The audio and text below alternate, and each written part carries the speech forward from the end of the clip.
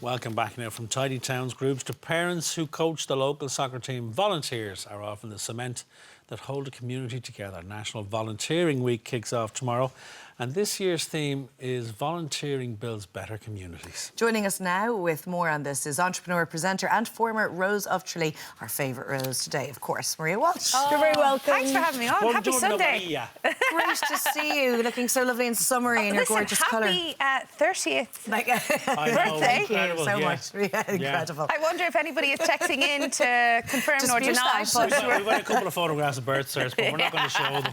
Thanks, Trump. Lovely to have you with us. Yeah, now let's you. get straight into this and talk about the theme first of all, because it's so important this year, and it's such a lovely initiative that really does build on community relations, and I just love this whole concept. Oh, it's rare, that nobody volunteers, but maybe like I grew up in a household where. We didn't call it volunteering because you got a call to say, would you go down and just stand at the gate and church gate collections, or Dad would get a call like, could you just umpire some game, and my parents are heavily involved in the community through the community centre or whatnot. And you have people making cups of tea for neighbours or doing tidy towns and picking up trash in the streets. So it's such a great initiative, and I love the fact that we get to celebrate them. I mean, we should be doing it 365 days, but for 1 week only, starting tomorrow. People would automatically think, oh, that's probably outside the big city. It's a rural thing where, there might be distance between households, whatever, and people would need to look after the community.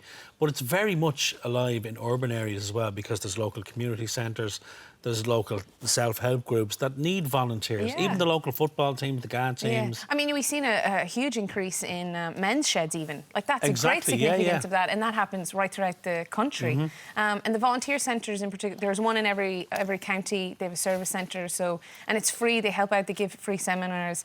But there's just so much going on. Like this week alone, I was in Brafey. They had a huge GAA-led community initiative. They were doing the Oscars. You guys would have loved it, with Kevin Rowe events, and like over 1,000 people showed up, but 100 volunteers came together. They did 7 little short Oscar films, created huge revenue for the area, all to be put back into the area. But what was really interesting, their initiative was they didn't want just GAA families, and it was about the wider community. So you had a chap who just moved into Brafey, County Mayo, in case anybody is a little bit confused where Brafey is, who just moved in from New Zealand 4 months ago and wanted to know people in his area. And what a great way to get involved. Absolutely, and listen, that reaches far and wide, because you often hear of young people heading off on their year or 2 years travelling, and what's the first thing they'll do? They'll find the local GAA club and try and connect with home, or at least make connections and, And I'm an example of that, even from the Rose of Tralee perspective, which is a huge volunteer-led organisation. I was down in Kildare last night, MC for the selection there, and it's all volunteer-led, run, and everybody loves it. And would that have been the first time that you really got actively involved in volunteering work, and I suppose you're able to be kind of at the front and centre to see the difference it makes? Well, we grew up with it, so I was always heavily involved in youth organisations like the Pioneers and No Name Club in particular, and it was all around, as a young person, you were the chairperson of the committee, so you had a big job and you were raising money for a local charity or a national charity, and it builds confidence for young people over the years. And then for that, I mean, a couple of weeks ago, we had our senior citizens Christmas party in True. It was a couple of weeks ago only because of the bad weather and the rural areas. It was kind of hard to get around. And my mum and her best friend Rita run it every year. And we had 55 amazing older people who were just out for the crack. Great dinner. And that local events I adore. And I've been doing that for many years. But it also lifts your own spirits, doesn't it? Yeah. Just to get out and go on one night a week to help out at the local, whatever group it is, it lifts your own spirits. It's actually quite the best way for self-care. Because you get so much more out of it than you even can put into it. And the energy is always great, and it's phenomenal. But it's remarkable when you see younger people in particular involved, because you realise the character that's building, that we've a very safe future if more young people are involved. And it's also us oldies. I know she's 30 today, but like us 30. oldies are... I mean, you and I. I'm really enjoying this. I'm bringing you down with me. But I love the point that you just touched on there, just talking about, and actually, Simon, you mentioned passionate too about that, you know, what you give, you get back in spades. And research actually proved that when you volunteer, the levels of serotonin go up, you feel that you're being of a benefit to society and you're being a help, and you're also creating this sort of community spirit in your own family.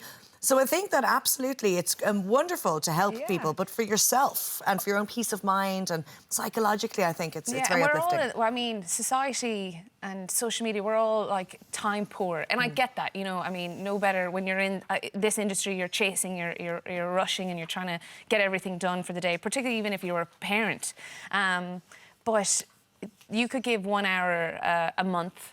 Maybe a couple of days every 6 months, and it just builds, and then you're setting examples for those around you, and quickly you realise the local club have you in every week like Shrew picking up trash, and you realise and you realise then you're in. You're in. You're so busy just chasing your tail yourself, and your lovely partner Shawnee Keogh, whom I know from work, myself. You have a new documentary coming out. It must be really nice, first of all, working with each other, or is it? I don't know if I'll come back. I'll come back with that. No, you know what? We work so well together because Shauna is unbelievably creative. So much so that we could be watching a documentary on Netflix, and she's like, "Did you see that shot?" And I go, "No, I'm off. Like, I'm watching this just to have the crack." But she's just so passionate and creative, and female sports in particular. Because this is what this documentary will come out and teach a car later on in the summer in and around the Ladies All Ireland. We are. Just immensely proud to be a part of it, because I think more and more you see females coming to the forefront in terms of just sporting achievements. And what's the documentary dealing with, Maria? This particular is a female sports star by the name of Cora Staunton. She went to Australia to sign with the Sydney Giants, and more will be revealed later on. We'll do a full launch during the summer. But it's epic because it's a legacy piece for her, for Cora herself. And then she set standards. I mean, she's the best footballer, male, female in the country, and she absolutely just took ownership of. And you're still speaking to Shauna, which is always. We are, yeah. I'm making her buy me breakfast after this, so it's great. I don't know if I could work with my husband. Could you work with Lisa for a long period of time? Yeah, I have done. Yeah, absolutely. Yeah. I could work with Mark. I don't think Mark would work with me though. I think I wouldn't blame him, in fairness. You get paid. She's very difficult to work with. Is he a good work husband? Is this guy a good work? Yeah, and Tommy as well. They're very easygoing, really. Oh, yeah. I like how you say that on their PJs. Ask her again in about 30 seconds when the camera's off. Tell us what's next, apart from the Fab documentary, because of course you just mentioned you're very heavily involved still with the Rose, which is lovely, because that in itself is a mini community, isn't it? It is. You never know. You're never far away from a Rose or an escort, or a Rose wannabe escort wannabe, or a Rosebud. But I judge regionals this year down in the International Festival, so I have a bit of a pressure-filled couple of days there, and then I let the international judge take over then, and I have the crack then, which is fun. But a few smaller projects. Oh, there we are. Oh, look, that was the year that you won the Rose. Yeah. I was so young and dark hair and just youthful then. Yeah. And still are. Gorgeous. You're so full of chaffage on a Sunday night. It's always such a pleasure to chat to you and have you. And me. best of luck with the documentary, and of course the rest of the Rose Thank duties as well, and of course volunteering week too. Thank you, Maria. Now up next, some more great looks for your holiers. See you in a few.